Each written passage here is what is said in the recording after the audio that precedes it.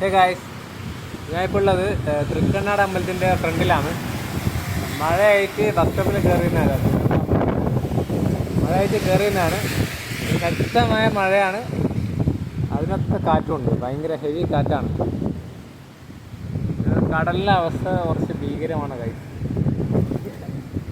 ഇപ്പോൾ വീണേ ഭയങ്കര heavy heavy heavy heavy കാറ്റാണ്. കാറ്റാണ്. എല്ലാവരും സൂക്ഷിക്കുക. വണ്ടി പ്രത്യേകിച്ച് ബൈക്കിൽ പോകുന്നവർ സ്ഥലത്തെല്ലാം സൂക്ഷിക്കുക. ഓപ്പൺ സൈഡിൽ കടലിലെ സൈഡിലെല്ലാം നല്ല കാറ്റായതുകൊണ്ട് വണ്ടി ഓടിക്കാൻ പറ്റാത്ത അവസ്ഥയാണ്. അവിടെ ഒരു ചേട്ടൻ വണ്ടി വെച്ചത് വണ്ടി വീണിട്ടുണ്ട്.